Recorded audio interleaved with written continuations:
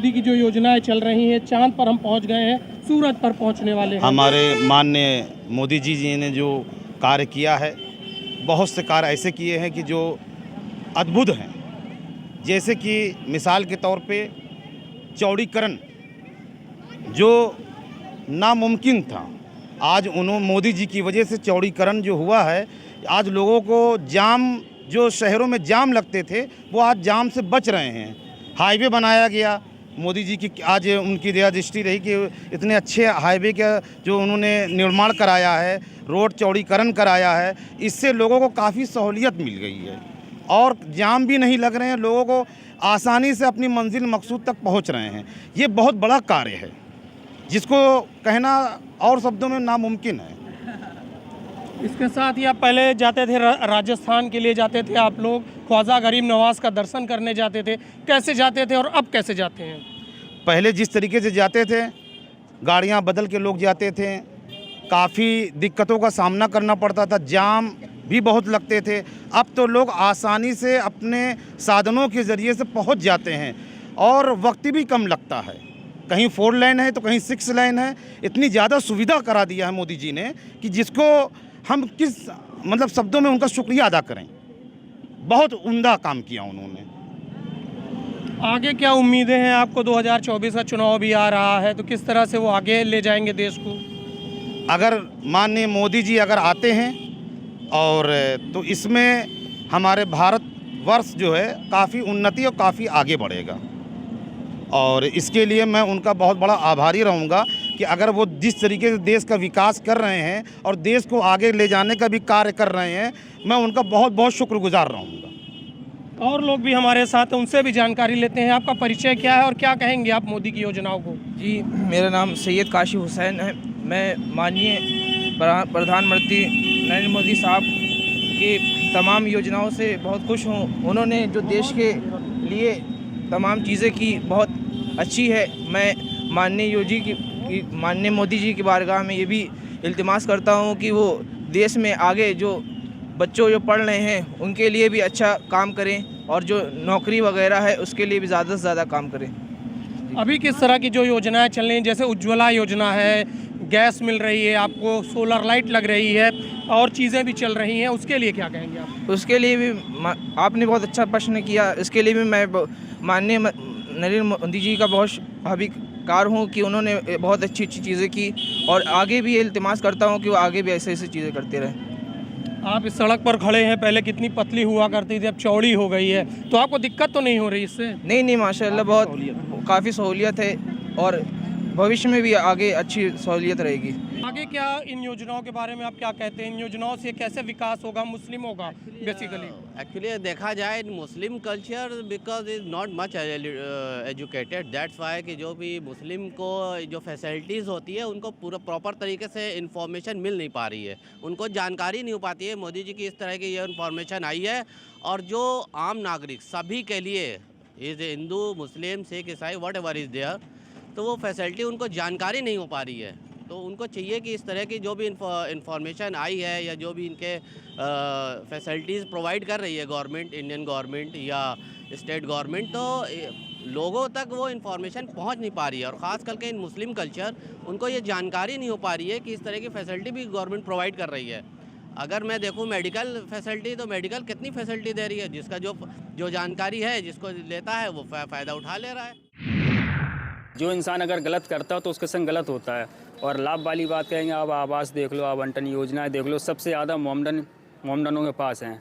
आप नगला जुला के आगे चले जाइए, वहाँ आवास है, आसरा आवास है, वहाँ पे सबसे ज़्यादा आपको मोमडन मिलेंगे। आप किसी भी यानी योजना में चले जाइए, आवास हो, राशन वाला हो, सबको यानी मुसलमान हो चाहे कोई से समाज का हो, सबको लाभ मिल रहा है टोटल पूरा। क्या लग रहा है आपको इस बार, क्या लग रहा है? इस बार तो कोई वो नहीं है, मतलब कहने का कोई भी भेदभाव नहीं है सरकार में। जो सबके लिए परियोजना है वो सबके लिए है। मुसलमानों के ज़मीनी मुद्दे क्या? नहीं, ये तो कानूनी प्रतिक्रिया है, कानून ही जाने, इसमें कोई ऐसा भेदभाव नहीं है। क्या लग रहा है कि इस बार मैनपुरी में डिम्पल लड़ा रहे हैं, मैं भाजपा ने अभी प्रत्याशी घोषित नहीं किया, क्या मुसलमान समाजवादी के संग जाएगा या भाजपा के? मुसलमान तो अभी बिखरा हुआ है जी।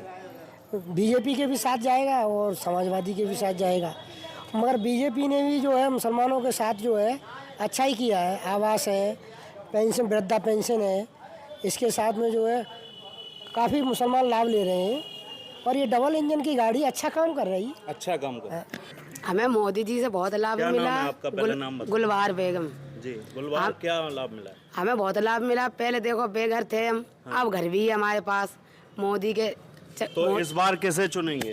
इस बार अगर मोदी हमारे लिए और भी कुछ करेंगे तो मोदी को ही चुनेंगे हम। फिर भी जब मोदी महिला के लिए इतना कर रहे हैं तो महिला के लिए मोदी के लिए कुछ बनता है करने के लिए। आपको क्या नाम है आपका? मेहरुन्निसा। ये बताइए, मोदी जी की जो योजना है वो स्कीम है मुसलमानों को लेकर, हमें भैया लाभ मिला, उससे हम भी झोपड़ी में रहते थे, मकान बन गया हमारा। आपको कैसा लग रहा है? सही लग रहा है। तो मुसलमान कहते हैं कि मोदी राज में सुरक्षित नहीं है। अब भाई वो जो कहते हैं भैया तो उन्हें मालूम होगी, लेकिन हमें जो सुविधा मिली वो हम आपको बता रहे हैं। आपका क्या नाम है? सलमा। सलमा, मोदी जी को वोट करने वाले हैं इस बार या अखिलेश जी को? मोदी जी को देंगे। उनने घर मकान दिया, झोंपड़ी में रह रहे थे तो मकान मिल गया है। मकान मिल गया है। बिजली पानी मिल रहा है? बिजली पानी मिल रहा है, बिजली तो नहीं मिली है अभी। क्या नाम है आपका? मनीषा बेगम। मनीषा बेगम। मोदी जी की जो योजनाएं चल रही हैं मुसलमानों को लेकर, किस तरीके से देख रही हैं? हमें तो भैया सही लगी, क्योंकि वो हमारा भी घर नहीं था, टूटा फूटा घर था, तो हमें भी आवास मिला। राशन कार्ड नहीं था तो राशन कार्ड भी इसी योगी की सरकार में बन गया मेरा, और आराम से रह रहे हैं। घर भी बन गया। घर की सबसे बड़ी दिक्कत थी, टूटे फूटे घर में रहते थे, सारा टपकता था घर मेरा। आप क्या आराम है? अब घर बन गया मेरा। मोदी जी की जो योजनाएं हैं और उससे आप लोग कितना प्रभावित हैं? क्या मुसलमानों को लाभ मिल पा रहा है इसका? जी मिल रहा है। मिल क्यों नहीं, हमको झोपड़ी में टूटे में रहते थे, हमें मकान मिला, आराम मिल रहा है। लाइट आती है? लाइट नहीं है, पानी मिलता है। पानी मिल रहा है। क्या नाम है आपका? अनीसा बेगम। अलीशा जी, ये बताइए। अनीसा बेगम। अनीशा जी। अनीसा बेगम। अनीशा बेगम। वो मोदी जी की जो योजना है मुसलमानों को लेकर, उसमें कहीं भेदभाव नज़र आता है या आपको भी मिला है लाभ इसका? अब भाई जिसके लिए होगा तो उसके लिए तो होगा, हमारे लिए तो वो ही है, कोई भेदभाव नहीं, मकान मिल गया। कितना सुरक्षित महसूस कर रही है मोदी जी की सरकार? सब बड़ी अच्छा कर रही है, सुरक्षित कर रही है। किराए बढ़। क्या नाम है आपका? जरीना बेगम। जरीना जी, ये बताइए। जरीना बेगम। हाँ। मकान मेरा बन गया है भैया। अच्छा। और ये का आराम कर रही है। तो मोदी राज में अपने आप को खुशहाल मान रही है? हाँ।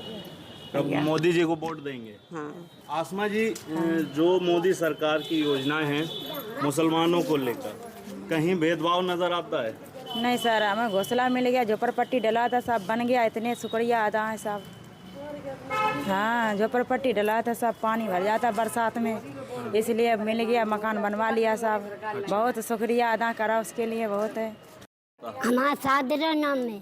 अच्छा, मोदी सरकार और मुसलमानों के बीच कहीं भेदभाव है या नहीं है? भैया मेरी झोपड़ियाँ रखती थी, मोदी ने हमें बुद्धि पैसे हमने बनवा लिया। राशन मिलता है? हाँ, राशन मिलता है। तो इस बार किसे वोट करेंगे? मोदी को। मोदी को करेंगे। हाँ, हमारा का जो साधन करा उनने भाई। आपका क्या नाम है? जैतून।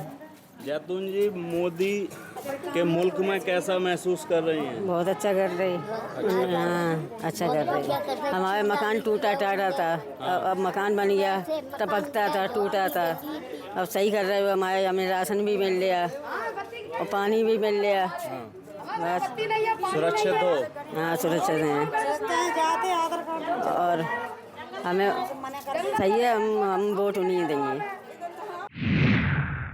देखिए, मोदी के प्राइम मिनिस्टर बनने के बाद मोदी जी का सबसे पहला नारा था विश्वास, विकास और सबका साथ। लेकिन उसके बाद जो देखा, अब हमने जो देखा, मोदी जी की जो मीटिंग हुई है उसमें उन्होंने कहा कि विश्वासवादी भी हम हो गए, विकासवादी भी हम हो गए, अब हमें बाकी जो अक़लियतों का है उनका विश्वास जीतना और उनकी तरक्की पर करना। और उन्होंने कहा कि लोगों को आप रोज़ अप्रोच करें अक़लियतों के पास और उनका विकास करें। और मैं समझता हूँ कि जो भारत के आयुष्मान कार्ड को अगर आप लेके देखेंगे तो आयुष्मान कार्ड खाली हिंदू बरादरी के लिए नहीं है, मुसलमानों के लिए भी है।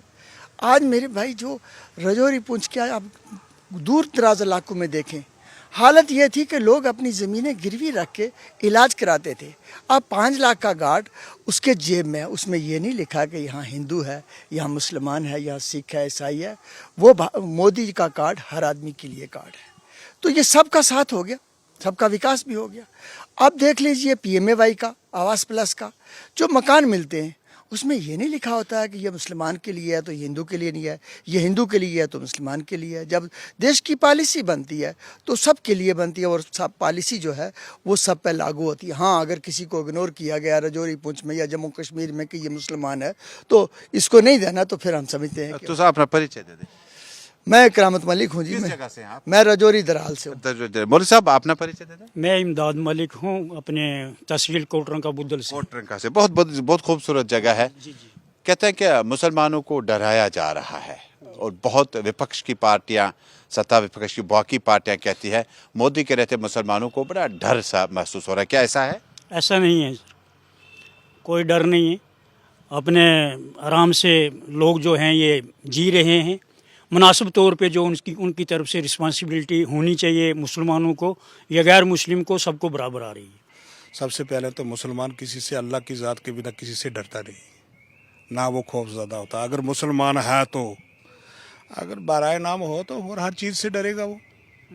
बाकी रहा है जहाँ पर विकास का मसला, बहुत सारा पैसा विकास हो रहा है, रोडें चल रही हैं, जाल बिछ रहा है और काम हो रहे हैं।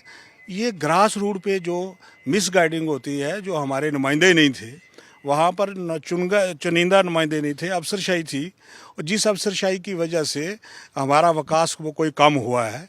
अब हमारे को उम्मीद है कि जम्मू कश्मीर में इलेक्शन होगा, हमारे नुमाइंदे चुन के आएंगे और मुल्क का विकास करेंगे। मुल्क का विकास करेंगे। और भी हमारे साथ कुछ दोस्त हैं। लाडली बेटी एक स्कीम आई जिससे बच्चों की शादियां वगैरह जो है तय हो जाती थी, क्योंकि कबीलों में देखा जाता था कि बड़ी मजबूरी में, कसम पुरसी में शादियां होती थी। क्या उससे कोई इमदाद हो पाई? हाँ, हो पाई है। उनमें से बच्चियों के लिए 50-50 हज़ार रुपया गवर्नमेंट ने दिया है हमारी बच्चियों के लिए। जी हाँ, जी हाँ। तो कितना फायदा इससे मिला? इससे और क्या मिलना चाहिए था? और भी मिलना चाहिए, इससे बढ़ा के लाख रुपया करना चाहिए। और भी मिला है, बाकी भी होगा। एक उज्ज्वला स्कीम है जिसमें आपको ईंधन से निजात मिली, चूल्हा वगैरह जलने के लिए। बस हम जा रहे हैं इस बात को मुकम्मल करके। ठीक है सर, बहुत बहुत शुक्रिया आपका। वो तो टाइम हो गया अभी चलने के लिए। चूल्हे का तो बहुत फ़ायदा हुआ है, जो उन्होंने फ्री ऑफ कास्ट चूल्हे दिए हैं, फिर सिलेंडर दिए हैं, उसके बाद कुछ उसमें सब्सिडी आ रही थी। मुसलमानों के जो चैलेंजेस थे वो प्राइम मिनिस्टर मोदी के रहते कितना लाभ स्कीमों का हुआ, जैसे लाडली बेटी है, उज्ज्वला स्कीम है, आयुष्मान भारत है। जो पूरे मुल्क में जो फैसिलिटी बाकी मुल्क को मिलती है वही हमारे लिए भी वही लागू होती है, और सब कुछ जो है वहाँ पर हमें भी उसी तरह से वो स्कीमों का लाभ जो है मिलता है। चाहे उसमें आयुष्मान हो, चाहे उसमें गोल्डन कार्ड का स्कीम हो, चाहे इनकी पेंशन की स्कीम हो, तो हर एक चीज़ जो है उसी तरह से मिलती है।